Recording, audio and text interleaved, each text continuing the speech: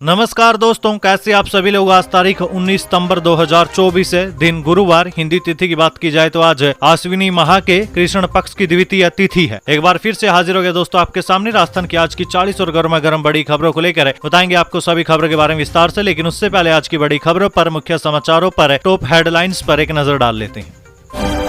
अब दोस्तों, राजस्थान में इन महिलाओं को मिलेंगे 10,000 रुपए। विभाग ने आंगनवाड़ी केंद्रों को दिया बजट। वहीं दोस्तों, आरपीएससी का पुनर्गठन करेगी सरकार, सदस्यों की संख्या बढ़ेगी। विधानसभा अध्यक्ष वासुदेव देवनानी ने हरियाणा लोक सेवा आयोग का अध्ययन कर सीएम को रिपोर्ट सौंपी। इसी के साथ ही सचिन पायलट ने कहा, आरपीएससी गंगोत्री है, वहां अगर युवाओं के सपने टूटे तो संवैधानिक संस्था भी भंग की जा सकती है। वहीं बीजेपी पर भी निशाना साधते हुए कहा कि जो 400 पार की बात करते थे 240 पर अटक गए। वहीं दोस्तों, बांदीकुई जिले में 2 साल की बच्ची नीरू 600 फीट गहरे बोरवेल में गिरी। अभी बच्ची लगभग 20 से 25 फीट के आसपास अटकी हुई है। जिला प्रशासन लगातार राहत और बचाव कार्य में जुटा है। इसी के साथ ही 20 में से 12 गोल्ड बेटियों को मिलना गर्व की बात है। जयपुर MNIT में बोली राष्ट्रपति। सीएम भजनलाल शर्मा ने कहा, होगी 4 लाख भर्तियां। वहीं दोस्तों, बिना आंखों के भी अब देख सकेंगे लोग। दोनों आंखें खो चुके लोगों के लिए चमत्कारी इम्प्लांट। इलोन मस्क की कंपनी न्यूरालिंक ने कर दिखाया एक और चमत्कार। वहीं दोस्तों, सरकार ने डिप्टी सीएम प्रेमचंद बैरवा को जिला रिव्यू कमेटी से हटा दिया। दूदू से छीन सकता है अब जिले का दर्जा। मदन दिलावर होंगे समिति के संयोजक। इसी के साथ ही डोटासरा बोले, घूमने और भाषण का काम कर रही है सरकार। जूली ने कहा, 9 महीने में तो बच्चा हो जाता है, सरकार का रिव्यू भी पूरा नहीं हो पा रहा। बताएंगे दोस्तों आपको प्रदेश की 40 बड़ी खबरों के बारे में विस्तार से। लेकिन उससे पहले अगर अभी तक आपने चैनल को सब्सक्राइब नहीं किया तो सबसे पहले चैनल को सब्सक्राइब कर दे, वीडियो को लाइक कर दे और अपने कमेंट जरूर कर।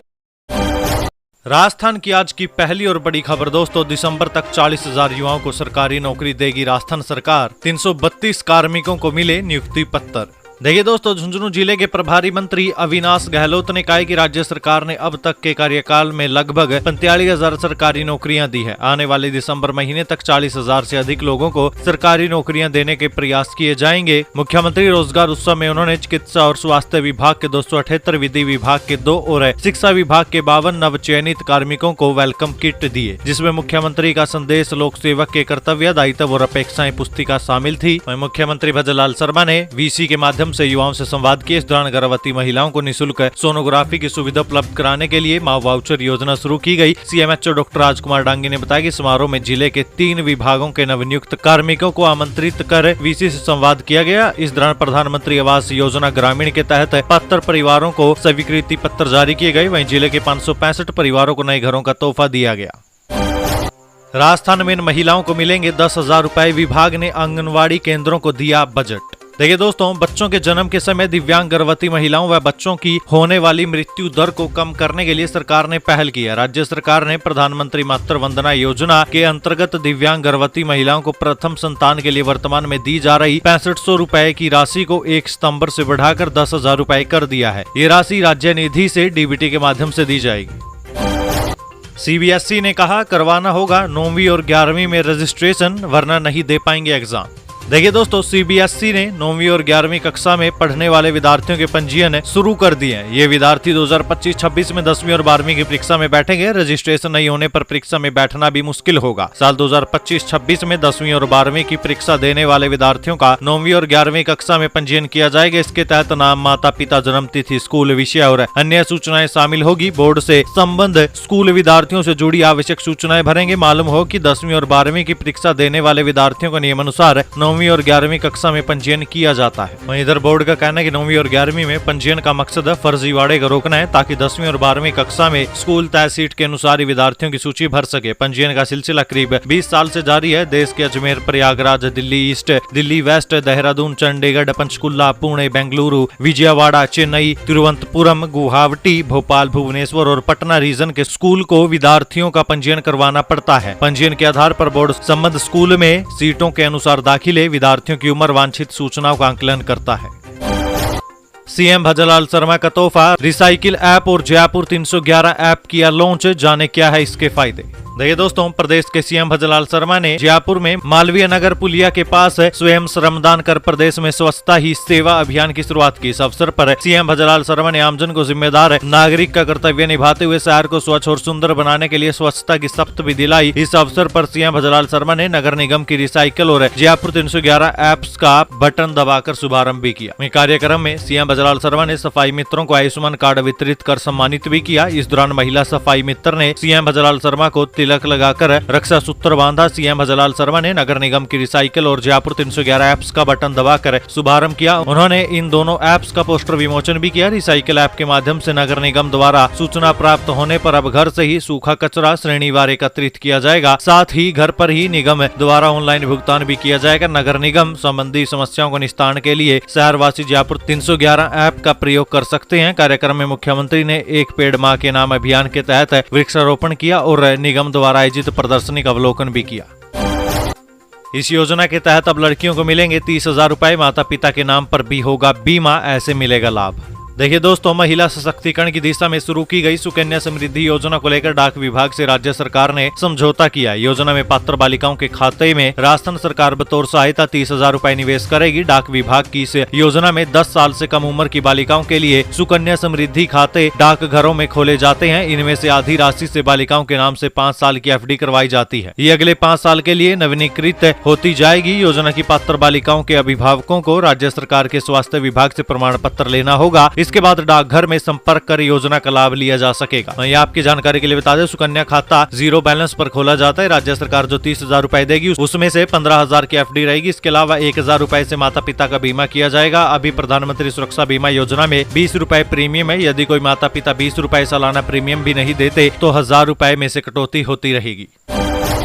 सरकार दे रही है 50 लाख तक की सब्सिडी, किसान हो जाएंगे मालामाल। जाने कैसे करना होगा आवेदन। देखिए, अगर आप भी सरकार से सब्सिडी लेकर बकरी या भेड़ पालन की सोच रहे हैं तो अभी आपके लिए अच्छा मौका है। सरकार 50 लाख रुपए तक की सब्सिडी दे रही है। बाड़मेर में किसानों की आमदनी बढ़ाने के लिए उन्हें पशुपालन के क्षेत्र में प्रोत्साहित किया जा रहा है। इसके लिए सरकार राष्ट्रीय पशुधन मिशन योजना का संचालन कर रही है। इस योजना के तहत किसानों को पशुपालन के लिए सहायता और 50 लाख रुपए तक की सब्सिडी दी जा रही है। आपको बता दें, इस योजना का उद्देश्य किसानों को पशुपालन से जोड़कर उनकी आमदनी दोगुनी करना है। इसके अलावा पशुपालन के क्षेत्र में रोजगार के अवसर पैदा करने के लिए केंद्र सरकार इस योजना को सक्रिय रूप से लागू कर रही है। पशुपालकों को 1 करोड़ रुपए का ऋण लेकर भेड़ बकरी पालन और अन्य पशुपालन इकाइयों की स्थापना करनी होती है। अगर कोई पशुपालक 100 भेड़ बकरियों का फार्म स्थापित करता है तो 20 लाख रुपए के प्रोजेक्ट पर 50% की सब्सिडी यानी कि 10 लाख रुपए मिलते हैं। इसी तरीके से 500 भेड़ बकरियों के पालन के लिए 50 लाख रुपए तक की सब्सिडी मिलती है। अब सवाल ये है कि इसके लिए पात्रता और लाभ की शर्तें क्या है, तो उसके बारे में आपको बता देते हैं। लाभार्थी के पास खुद की भूमि या लीज पर भूमि होनी चाहिए। बैंक गारंटी के साथ स्वीकृत ऋण के कागजात भी होने जरूरी हैं। उद्यमी को प्रशिक्षित होना भी चाहिए या प्रशिक्षित विशेषज्ञों को नियुक्त करना चाहिए। आपको इस योजना का लाभ लेने के लिए KYC दस्तावेज होने आवश्यक है। रोडवेज में बिना टिकट यात्रा करते पकड़े गए तो लगेगा 10 गुना जुर्माना। परिचालक पर भी होगी कार्रवाई। देखिए, रोडवेज बसों में सफर करने वाले यात्रियों को अब सफर करते वक्त परिचालक से टिकट लेना जरूरी है। कई बार कम किराया राशि के चक्कर में यात्री टिकट नहीं लेते। चेकिंग अभियान के दौरान पकड़े जाने पर यात्री पर किराया राशि का 10 गुना जुर्माना वसूला जाएगा। राजस्थान राज्य पथ परिवहन निगम की ओर से इन दिनों रोडवेज बसों में यात्रियों के टिकट चेकिंग का विशेष अभियान चलाया गया है। RPSC का पुनर्गठन करेगी सरकार, सदस्यों की संख्या बढ़ेगी। विधानसभा अध्यक्ष वासुदेव देवनानी ने हरियाणा लोक सेवा आयोग का अध्ययन कर CM को रिपोर्ट सौंपी। देखिए दोस्तों, पेपर लीक में 2 सदस्यों की भूमिका सामने आने के बाद भजनलाल सरकार राजस्थान लोक सेवा आयोग यानी RPSC के पुनर्गठन की तैयारी में। फिलहाल हरियाणा लोक सेवा आयोग की तरह RPSC में सदस्यों की संख्या बढ़ाई जाएगी। सरकार ने पिछले महीने विधानसभा अध्यक्ष वासुदेव देवनानी को हरियाणा लोक सेवा आयोग का अध्ययन करने के लिए कहा था। देवनानी ने इसकी विस्तृत रिपोर्ट मुख्यमंत्री को सौंप दिया। जल्दी ही इसे विधि विभाग को भेजा जाएगा। विभाग राजस्थान लोक सेवा आयोग नियम और विनियम 1963 और राजस्थान लोक सेवा आयोग विनियम और प्रक्रिया का सत्यापन अध्यादेश 1975 व अधिनियम 1976 में संशोधन का खाका तैयार करेगा। विधानसभा के आगामी स्तर में इसे पारित किया जा सकता है। बाड़मेर बनेगा मॉडल सिटी, सफाई गाड़ी की सूचना मोबाइल पर मिलेगी। 10 मिनट पहले आएगा SMS। कलेक्टर टीना डाबी की पहल। देखिए, बाड़मेर जिला कलेक्टर ने स्वच्छता अभियान के दूसरे दिन ही शहर को साफ सुथरा रखने के लिए हाईटेक सफाई व्यवस्था शुरू करने की प्लानिंग की। घर घर से कचरा संग्रहण करने वाले वाहनों को GPS डिवाइस से जोड़ने के साथ ही हर घर के आगे एक चिप भी लगाई जाएगी, जिससे कचरा संग्रहण टैक्सी की सूचना मोबाइल पर SMS के जरिए मिलेगी। डिवाइस के जरिए लोगों को पहले से पता चल जाएगा कि कचरा संग्रहण की गाड़ी आने वाली है। कलेक्टर टीना डाबी ने अभिनव पहल करते हुए नगर परिषद को प्रभावी प्लानिंग करने के निर्देश दिए हैं। BDK अस्पताल में एलर्जी के मरीजों की संख्या बढ़ी। PMO बोले, घास और पौधों से भी हो सकती है एलर्जी, सावधानी बरतें। देखिए दोस्तों, बारिश के बाद एलर्जी और संक्रमण के मरीज बढ़ गए हैं। आंखों में संक्रमण का प्रकोप बढ़ रहा है। घास में भी एलर्जी होने के मामलों में बढ़ोतरी हो रही है, जिसके कारण इंसान सहित पशुओं में भी एलर्जी के मामले तेजी से बढ़ रहे हैं। यही कारण है कि अस्पताल में आंखों में होने वाला संक्रमण और सूखेपन के मरीज अस्पताल पहुंच रहे हैं। बारिश के बाद मौसम में नमी की बढ़ोतरी के कारण अस्पतालों में चर्म रोगियों की संख्या बढ़ रही है। इनमें खुजली, त्वचा पर लाल धब्बे, फुंसियां और फंगल इन्फेक्शन के मरीज शामिल है। चिकित्सकों के अनुसार एलर्जिक राइनाइटिस से आंखों और गले में खुजली, नाक बहना और छींक आती है। इस रोग के कारण मरीजों की आंखों के आसपास काले धब्बे और बुखार, अस्थमा, जुकाम, दमा, चर्म और सांस संबंधी एलर्जी हो जाती है। मुख्यालय स्थित राजकीय BDK अस्पताल में बड़ी संख्या में इस बीमारी से संबंधित मरीज सामने आ रहे हैं। बारिश के कारण जगह जगह घास के पौधे पनप रहे हैं। इसके संपर्क में आने से भी एलर्जी के मरीज तेजी से बढ़ रहे हैं। देवनानी बोले, अजमेर को बजट में काफी सौगात मिली। स्वच्छता सेवा पखवाड़ा समारोह में कहा, CM के नेतृत्व में करेंगे प्रगति। 20-25 साल से होता रहा सोतेला व्यवहार। अजमेर के साथ 20-25 सालों से एक तरीके का सोतेला व्यवहार होता रहा है, वो आगे नहीं हो। अजमेर को बजट में काफी सौगातें मिली और अपेक्षा करते हैं कि इसे आगे बढ़ाते रहेंगे। ये बात विधानसभा अध्यक्ष वासुदेव देवनानी ने अजमेर के जवाहर रंगमंच में आयोजित स्वच्छता सेवा पखवाड़े का शुभारंभ और मुख्यमंत्री रोजगार उत्सव समारोह के दौरान कही। उन्होंने कहा कि उप मुख्यमंत्री दिया कुमारी, जो की वित्त मंत्री भी है, अजमेर को काफी सौगातें दी है। जो भी उनको कहा वो दी है, चाहे वो IT पार्क हो या शिक्षा के क्षेत्र में, ये सब आपकी देन है। इसके अलावा छोटी बड़ी कई सौगातें वित्त मंत्री रहते हुए मिली। 4 बजट और आने वाले हैं और अपेक्षा करेंगे कि इसे आगे बढ़ाते भी रहेंगे। वहीं उन्होंने कहा कि अजमेर के साथ 20-25 सालों से सोतेला व्यवहार होता रहा है और अब आगे ऐसा ना हो। आपके और मुख्यमंत्री के नेतृत्व में अब अजमेर प्रगति करेगा, हम आगे बढ़ते रहेंगे। वैसे अजमेर का हक तो राजधानी बनना था, लेकिन बाद में जयपुर बना। बस अवसर मिलते रहे और हम सब सर्वांगीण विकास में जुटे। बता दें कि देवनानी 5वीं बार विधायक और 2 बार भाजपा सरकार में मंत्री भी रह चुके हैं। रोडवेज बसों को लेकर नए निर्देश, बढ़ते ट्रैफिक जाम के चलते फैसला, अब बस अड्डों पर ज्यादा रुकने के पैसे लगेंगे।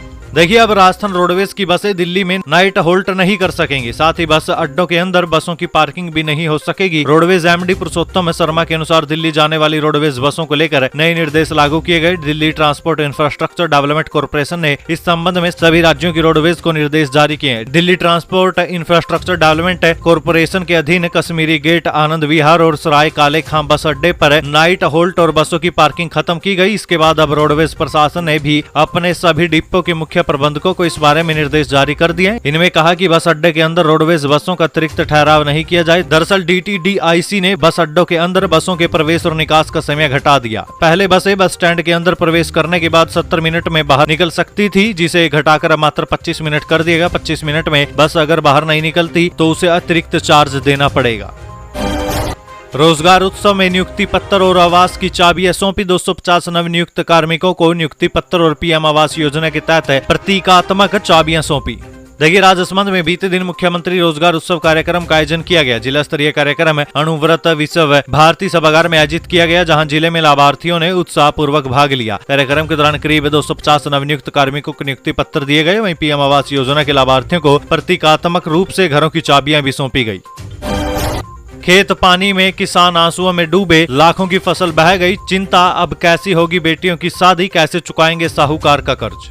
अच्छी बारिश देखकर 5 बीघा में ज्वार के साथ साथ फूल गोभी और गुलाब के फूलों की क्यारी तैयार की थी, सब बर्बाद हो गया। आधी से ज्यादा फसल पानी में बह गई। कर्ज लेकर दोबारा खेत तैयार किए, फिर भी फसल नहीं बच पाई। हालत ये है कि पाई पाई के मोहताज हो गए। अब सामने दीपावली का त्योहार भी आ रहा है, कैसे मनाएंगे हम। ये दर्द अजमेर जिले के मांगलियावास इलाके की महिला किसान सन्नो का है। पिछले 2.5 महीने से लगातार हो रही बारिश ने सन्नो की तरह ही प्रदेश भर के हजारों किसानों की फसलों को बर्बाद करके रख दिया। खेत तालाब बन गए। किसानों ने जून महीने में मूंग, मूंगफली, ग्वार, बाजरा और ज्वार समेत खरीफ की कई फसलों की बुआई की थी। सितंबर के बाद कटाई कर मंडी में बेचने की तैयारी थी, लेकिन फसलें और सारे अरमान मिट्टी में मिल गए।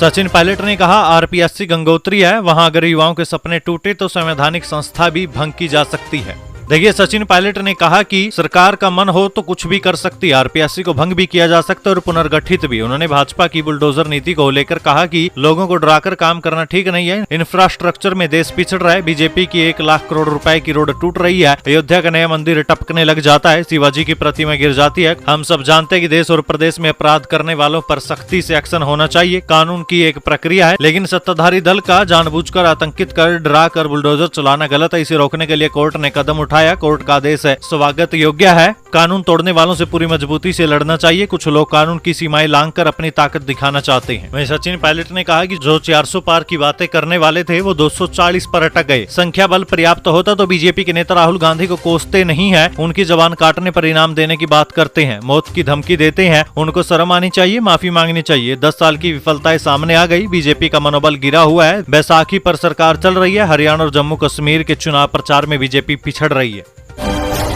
बोरवेल में चल रही नीरू की सांसें, अंदर कैमरा भेजा, पता किया बच्चे का मूवमेंट, बारिश से रेस्क्यू में दिक्कत।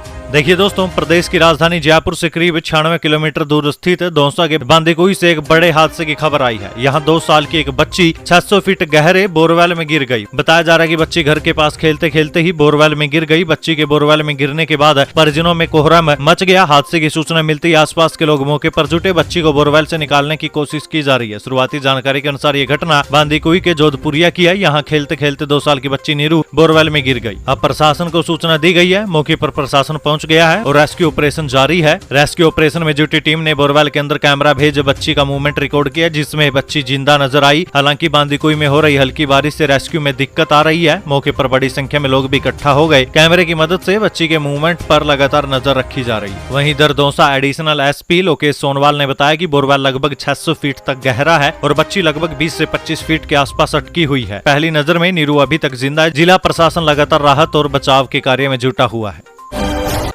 शांति धारीवाल ने फिर कहा, राजस्थान मर्दों का प्रदेश, भाजपा को बताया भजन कीर्तन करने वाली कंपनी। देखिए, राजस्थान कांग्रेस के कद्दावर नेता और पूर्व मंत्री शांति धारीवाल ने फिर कहा कि राजस्थान मर्दों का प्रदेश है। धारीवाल राजस्थान विधानसभा के पूर्व अध्यक्ष सीपी जोशी के साथ अलवर पहुंचे थे, जहां कांग्रेस नेता रामगढ़ के दिवंगत विधायक जुबेर खान के घर पहुंचे और उनके परिजनों से मिलकर शोक संवेदना प्रकट की। इस दौरान मीडिया से बातचीत में शांति धारीवाल ने कहा कि मैं फिर कह रहा हूं कि राजस्थान मर्दों का प्रदेश है, यहाँ बड़े बड़े सूरमा पैदा हुए हैं। वहीं इसके बाद शांति धारीवाल ने कहा कि प्रदेश में भाजपा को मजबूती देने वालों की पावर कट हो रही है। धारीवाल ने प्रदेश में खाली हुई विधानसभा की 7 सीटों के उपचुनाव में कांग्रेस को मजबूत बताया। उन्होंने कहा कि उपचुनाव के नतीजे बता देंगे कि क्या हाल है। भाजपा के पास ना विजन है और ना ही कोई काम करने की सोच है। उन्होंने भाजपा को भजन कीर्तन करने वाली कंपनी तक बता दिया। 20 में से 12 गोल्ड बेटियों को मिलना गर्व की बात है। जयपुर मालवीय एनआईटी में बोली राष्ट्रपति। सीएम भजनलाल शर्मा ने कहा होगी 4 लाख भर्तियां। देखिए दोस्तों, राजस्थान के एक दिन के दौरे पर आई राष्ट्रपति द्रौपदी मुर्मू ने कहा कि अनुसंधान और विकास के क्षेत्र में महिलाओं की भागीदारी बहुत जरूरी है। राष्ट्रपति मुर्मू ने जयपुर में मालवीय राष्ट्रीय प्रौद्योगिकी संस्थान यानी MNIT के 18वें दीक्षांत समारोह में मुख्य अतिथि के तौर पर अपने संबोधन में महिलाओं के योगदान की विशेष रूप से चर्चा की। राष्ट्रपति ने कहा कि आज जो मैंने 20 स्वर्ण पदक दिए, उनमें से 12 पदक हमारी बेटियों ने प्राप्त किए। पदक विजेताओं में बेटियों का यह अनुपात इस बात का प्रमाण है कि अगर उन्हें सम्मान अवसर दिए जाएं तो वे अपेक्षाकृत अधिक उत्कृष्टता हासिल कर सकती हैं। राष्ट्रपति ने कहा कि इस वर्ष सबसे बड़ा प्लेसमेंट एक बेटी को मिला है, जो बड़े गर्व की बात है। उन्होंने साथ ही कहा कि लड़कियों के नामांकन में वृद्धि हुई है और ये इस बात का प्रमाण है कि बेटियां आगे बढ़ रही है। वहीं इधर दीक्षांत समारोह में प्रदेश के मुख्यमंत्री भजनलाल शर्मा ने उम्मीद जताई है कि मालवीय एनआईटी के छात्रों की सफलता से सिर्फ उन्हें ही नहीं बल्कि समाज को भी लाभ होगा। मुख्यमंत्री ने अपने संबोधन में कहा कि राजस्थान सरकार समयबद्ध रूप से सरकारी भर्तियां करेगी। उन्होंने कहा कि हम 5 वर्षों में 4 लाख सरकारी भर्तियां करेंगे। इस वर्ष में 1 लाख से अधिक पदों की भर्ती करने जा रहे हैं। 1 किलो मटन के लिए 8,763 लीटर पानी की आवश्यकता। पेटा इंडिया ने की मांसाहार छोड़ने की अपील। देखिए दोस्तों, जल बचाने के लिए बीते दिन यानी 18 सितंबर को मनाए जाने वाले विश्व जल निगरानी दिवस यानी वर्ल्ड वाटर मॉनिटरिंग डे से पहले पेटा इंडिया के कार्यकर्ताओं ने पानी बचाने का संदेश दिया था। जयपुर के अल्बर्ट हॉल म्यूजियम के बाहर कार्यकर्ताओं ने सार्वजनिक स्नान कर लोगों को पानी बचाने के लिए प्रेरित किया। इस दौरान उन्होंने लोगों से मांसाहारी भोजन त्याग कर वीगन शैली अपनाने की यानी शाकाहारी भोजन अपनाने की अपील की। बाथ टब पर लिखे संदेश में 1 किलो मांस बराबर 75 लीटर स्नान के जरिए उन्होंने पानी का महत्व बताया। बिना आंखों के भी अब देख सकेंगे लोग। दोनों आंखें खो चुके लोगों के लिए चमत्कारी इम्प्लांट। देखिए दोस्तों, brain computer interface company Neuralink ने एक और क्रांतिकारी तकनीक विकसित की है, जिसका नाम ब्लाइंड साइट इम्प्लांट है, जो उन लोगों की दृष्टि बहाल कर सकता है जिन्होंने दोनों आंखें खो दी है। इस बात की जानकारी कंपनी के संस्थापक एलन मस्क ने दी है। ये इम्प्लांट अभी प्रयोगात्मक अवस्था में है और इसे हाल ही में अमेरिकी खाद्य और औषधि प्रशासक है यानी US FDA से ब्रेक थ्रू डिवाइस का दर्जा प्राप्त हुआ। डिप्टी सीएम दिया कुमारी ने जाने फसल खराबे और क्षतिग्रस्त सड़कों के हालत। देखिए दोस्तों, उप मुख्यमंत्री और जिले की प्रभारी मंत्री दिया कुमारी अजमेर जिले के दौरे पर रही। इस दौरान उन्होंने केकड़ी के जिला स्तरीय अधिकारियों की बैठक ली। उन्होंने कहा कि जिले में संचालित विभिन्न परियोजनाओं, निर्माण और विकास कार्य निर्धारित समय अवधि में गुणवत्ता के साथ पूरे होने चाहिए ताकि उनका लाभ आमजन को मिल सके। वहीं उन्होंने कहा कि अत्यधिक वर्षा के कारण जो सड़कें क्षतिग्रस्त हुई है, उनकी मरम्मत के प्रस्ताव तैयार कर स्वीकृति के लिए राज्य सरकार को भिजवाए जाएं। वर्षा से फसल खराबे का सर्वे करवाकर कृषकों को सहायता प्रदान करने के लिए निर्देशित किया गया है। बीमारियों से बचाव के लिए डोर टू डोर सर्वे का एंटी लार्वा गतिविधि आयोजन करने के निर्देश दिए हैं।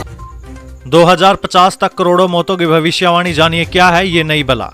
देखिए दोस्तों, लांसेट द्वारा किए गए एक अध्ययन में खुलासा हुआ कि एंटीबायोटिक प्रतिरोध यानी एंटीबायोटिक रेजिस्टेंस के कारण मरने वाले लोगों की संख्या 2050 तक लगभग 70% तक बढ़ जाएगी। इस अध्ययन में कहा गया कि इस ट्रेंड में सुपर बग्स की संकट की गंभीरता का संकेत मिलता है। सुपर बग्स वे सूक्ष्म जीव होते हैं जिनमें बैक्टीरिया, फंगी, वायरस और परजीवी शामिल है, जो एंटी माइक्रोबियल इलाज में प्रतिरोध हो जाते हैं, जिससे संक्रमण का इलाज मुश्किल हो जाता है। ग्राहकों के लिए बड़ी खुशखबरी, ऑनलाइन शॉपिंग से मिलेगा छुटकारा। इस सॉफ्टवेयर पर मिलेंगे कई ऑफर। देखिए, करीब एक पखवाड़े बाद बाजार में एक बार फिर से रौनक लौटेगी। ग्राहकों से बाजार गुलजार नजर आएंगे। नवरात्र पर्व शुरू होने के साथ ही बाजार में फेस्टिव सीजन का आगाज हो जाएगा। व्यापारी भी तैयारी में जुट गए हैं। खासतौर पर ऑनलाइन शॉपिंग को लेकर उन्होंने इस बार खास तरीके की रणनीति अपनाई। ऑनलाइन मार्केटिंग को टक्कर देने के लिए व्यापारी खुद के व्हाट्सएप ग्रुप तैयार करके ग्राहकों से जुड़ रहे हैं, अलग सॉफ्टवेयर तैयार करवा रहे हैं। छूट से लेकर घर तक डिलीवरी सुविधा के साथ ही ऑनलाइन मार्केटिंग की हर ट्रिक का तोड़ निकालने में जुटे हैं। उन्होंने उम्मीद की है कि उनकी कोशिश रंग लाएगी। लोग स्थानीय बाजारों पर भरोसा करके यहीं से खरीदारी करेंगे और खुद का और व्यापारियों का त्योहारी सीजन गुलजार करेंगे। राहुल गांधी पर अभद्र टिप्पणी को लेकर सचिन पायलट बिफरे, कहा भाजपा सांसद का बयान बेहद निंदनीय है, माफी मांगे। देखिए, कांग्रेस के स्टार प्रचारक सचिन पायलट दौसा के भांडारोज में किसान सम्मेलन और स्वर्गीय मिट्ठू राम सैनी मूर्ति अनावरण कार्यक्रम में शिरकत करने पहुंचे थे, जहां पर सचिन पायलट का कांग्रेसी कार्यकर्ताओं ने भव्य स्वागत किया। सचिन पायलट ने मीडिया से रूबरू होते हुए कहा कि मैं मानता हूं कि सरकार पूरी तरह से फेल है, प्रदेश का लॉ एंड ऑर्डर पूरी तरह से चरमराया हुआ है। उधर दौसा सांसद मुरलीलाल मीणा ने भाषण के दौरान इशारों में कह दिया था कि सचिन पायलट का भी मौका आने वाला है। उनका ये इशारा राजस्थान की राजनीति में पायलट मुख्यमंत्री बनने की ओर था, जिसके चलते एक बार फिर से सचिन पायलट के मुख्यमंत्री बनने की उम्मीदें जग गई है। वहीं इधर भजनलाल सरकार पर हमला बोलते हुए सचिन पायलट ने कहा कि संगठन कुछ बोलता है और सरकार कुछ बोलती है। वहीं पायलट ने कहा कि हाल ही में राहुल गांधी के लिए उनके जो मंत्री बिट्टू का बयान आया वो निश्चित रूप से निंदनीय है, उन्हें माफी मांगनी चाहिए। सुप्रीम कोर्ट के बुलडोजर बैन के बाद बीजेपी विधायक की अपराधियों को चेतावनी, ये न सोचे कि वो बच जाएंगे। देखिए, सुप्रीम कोर्ट की ओर से बुलडोजर एक्शन पर रोक लगाए जाने के बाद राजस्थान के भाजपा विधायक ने अपराधियों को नसीहत दी है। राजस्थान के चर्चित विधायक बालमुकुंद आचार्य ने कहा कि सुप्रीम कोर्ट ने बुलडोजर चलाने पर रोक लगा दी। माननीय सुप्रीम कोर्ट के फैसले का हम तहे दिल से सम्मान करते हैं, लेकिन सुप्रीम कोर्ट ने अवैध निर्माण पर होने वाली कार्रवाई को इस दायरे से बाहर रखा है। बालमुकुंद आचार्य ने कहा कि सुप्रीम कोर्ट के आदेश के बाद अपराधियों को ये नहीं समझना चाहिए कि वो बच जाएंगे। उन्होंने कहा कि अवैध निर्माण के खिलाफ जैसे पहले नियमानुसार कार्रवाई होती रही है, आगे भी जारी रहेगी। आंदोलन की राह पर पटवारी गिरदावरी ऐप की समस्या दूर करने की मांग, अब अनिश्चितकालीन कार्य बहिष्कार। देखिए, राजस्थान में पटवारियों को गिरदावरी ऐप में काम करने में दिक्कतों का सामना करना पड़ रहा है। फील्ड में जाकर ऐप खोलने पर उनके समक्ष कई तकनीकी दिक्कतें आ रही है। पटवारियों ने ऐप की इन समस्याओं को दूर करने की मांगों को लेकर अनिश्चितकालीन कार्य बहिष्कार की घोषणा की है। जोधपुर में शिक्षक नेता ने मंत्री मदन दिलावर के विरोध में लगाए पोस्टर, लिखा सबसे बड़ा पलटूराम। देखिए, प्रदेश के जोधपुर में शिक्षा मंत्री मदन दिलावर के खिलाफ विरोध सामने आया, जिसमें पूरे शहर में पोस्टरों के जरिए विरोध प्रदर्शन किया गया। विभाग के शिक्षक नेता शंभू सिंह मेड़तिया द्वारा लगाए गए इन पोस्टरों में दिलावर पर इतिहास का सबसे बड़ा पलटूराम होने का आरोप लगाया गया। इन पोस्टरों को लेकर काफी चर्चा भी हो रही है, जिससे मेड़तिया और शिक्षा मंत्री के बीच चल रहा विवाद सामने आया। सरकार ने डिप्टी सीएम बैरवा को जिला रिव्यू कमेटी से हटाया, दूदू से छीन सकता है जिले का दर्जा, अब मदन दिलावर होंगे समिति के संयोजक। देखिए, गहलोत सरकार के समय बने 17 नए जिलों के रिव्यू को लेकर बनाई गई कमेटी के संयोजक पद से सरकार ने उप मुख्यमंत्री प्रेमचंद बैरवा को हटा दिया। उनकी जगह कैबिनेट मंत्री मदन दिलावर को कैबिनेट सब कमेटी का संयोजक बनाया गया। सरकार के इस फैसले के बाद अब दूदू से जिले का दर्जा जाने की चर्चाएं शुरू हो गई है। दूदू को जिला बनाने के साथ ही इसका विरोध शुरू हो गया। 17 नए जिलों में क्षेत्रफल के लिहाज से भी दूदू सबसे छोटा जिला है। डोटासरा बोले, घूमने और भाषण का काम कर रही है सरकार। जूली ने कहा 9 महीने में बच्चा हो जाता है, इनका रिव्यू पूरा नहीं हो रहा। देखिए, कांग्रेस प्रदेश अध्यक्ष गोविंद सिंह डोटासरा ने कहा कि भजनलाल सरकार घूमने, भाषण और भ्रमित करने का काम कर रही है। हम 7 सीटों के 77 मंडलों में जाकर कार्यकर्ताओं के जरिए जनता को इस सरकार का असली चेहरा दिखाने का काम करेंगे। वही नेता प्रतिपक्ष टीकाराम जूली ने सरकार के कामों को लेकर तंज कसा। उन्होंने कहा कि सरकार को बने 9 महीने हो गए, 9 महीने में तो बच्चा भी जन्म ले लेता है, लेकिन इनका रिव्यू नहीं हो पा रहा। आईआईटी में सबसे ज्यादा एडमिशन देने में राजस्थान टॉप है। आईआईटी मद्रास ने जारी की फाइनल रिपोर्ट, दिल्ली जोन का पहला नंबर।